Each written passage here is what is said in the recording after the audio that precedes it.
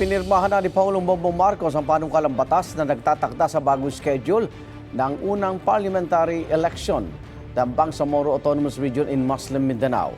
Sa ilalim ng Republic Act 12317, sa September 14, 2026, gagawin ang unang BARMM elections.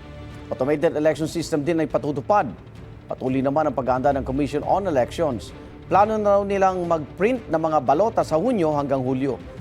Ang mga maahalal na opisyal sa BARMM election ay magsisilbi simula October 30, 2026 hanggang June 30, 2031.